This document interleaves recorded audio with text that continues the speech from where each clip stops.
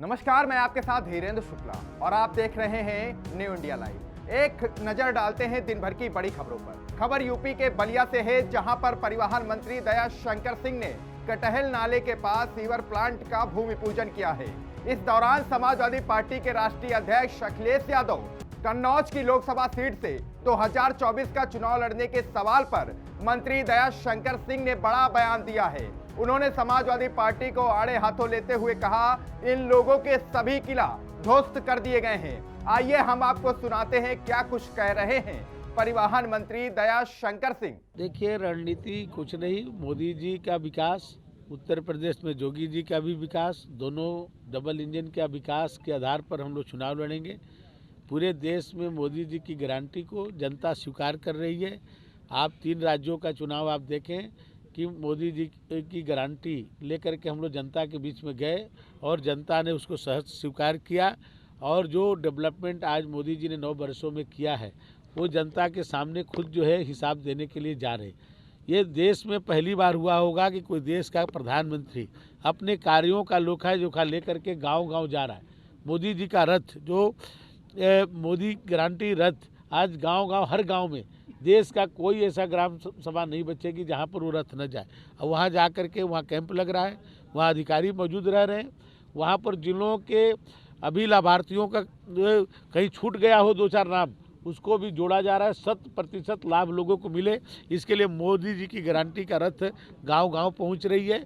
और वहां पर पूरे हमारे जनप्रतिनिधिगण, हमारे पार्टी के कार्यकर्ता सभी लोग लग करके उस कार्यक्रम को सफल बना रहे हैं।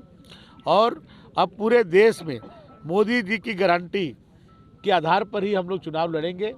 और आप देखेंगे कि अभी तक मोदी जी की लहर को लोगों ने देखा है।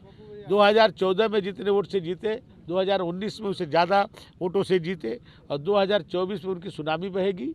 और पूरे देश में अब तक के सभी रिकॉर्ड को हम लोग तोड़ेंगे। और उत्तर प्रदेश की 80 की 80 सीटें मोदी जी के नेतृत्व में, उत्तर प्रदेश में योगी जी के नेतृत्व में हम सब लोग जीत करके माननीय मोदी जी को देंगे। देखिए, ये सुरक्षा में चूक है।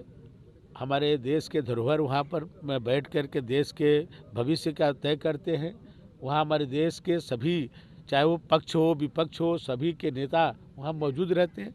यहाँ पर इस तरह की चूक ये बहुत ही गंभीर मामला है और इस पर हमारी सुरक्षा एजेंसियां जांच कर रही हैं।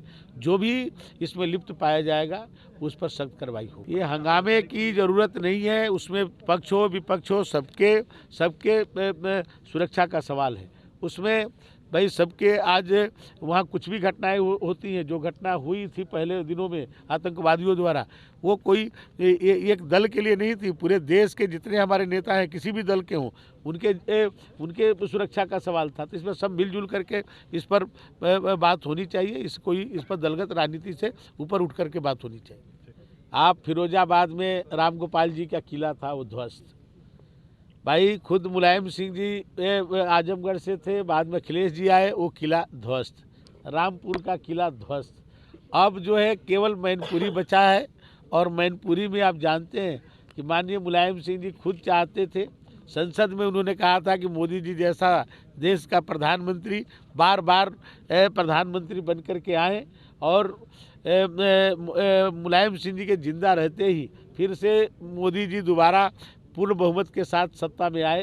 तो इस बार माननीय मुलायम सिंह जी के सपनों को साकार करने के लिए, उनकी आत्मा को संतुष्टि के लिए मैनपुरी सीट भी भारतीय जनता पार्टी को मिलेगी और मोदी जी को सरकार बनाने में सहयोग करेगी। इस बार 80 की 80 सीटें भारतीय जनता पार्टी जीतेगी, नरेंद्र मोदी जी के नेतृत्व में।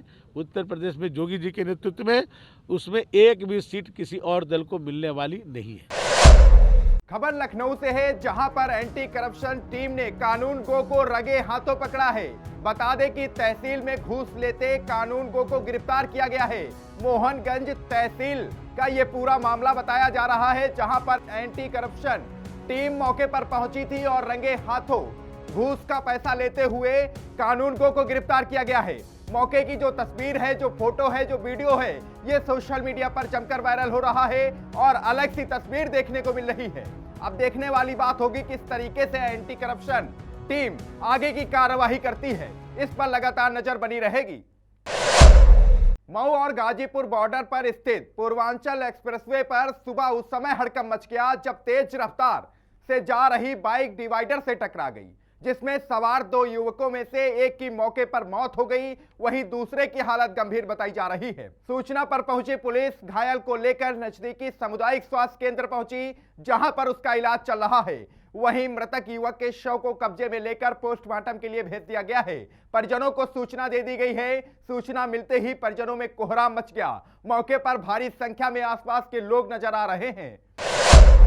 खबर उत्तर प्रदेश के राजधानी लखनऊ के वंथरा थाना क्षेत्र के वंथरा गांव का बताया जा रहा है, जहां बब्बन पंडित के आवास पर आगामी 2024 को होने वाले महाब्राह्मण महापंचायत कार्यक्रम को लेकर समाज के लोगों ने एकजुटता का परिचय देते हुए हुंकार भरी है। आइए हम आपको सुनाते हैं किस तरीके की रणनीति बनाई गई है और महापंचायत में किन मुद्दों पर बातचीत की जाएगी और इस पंचायत का क्या उद्देश्य है।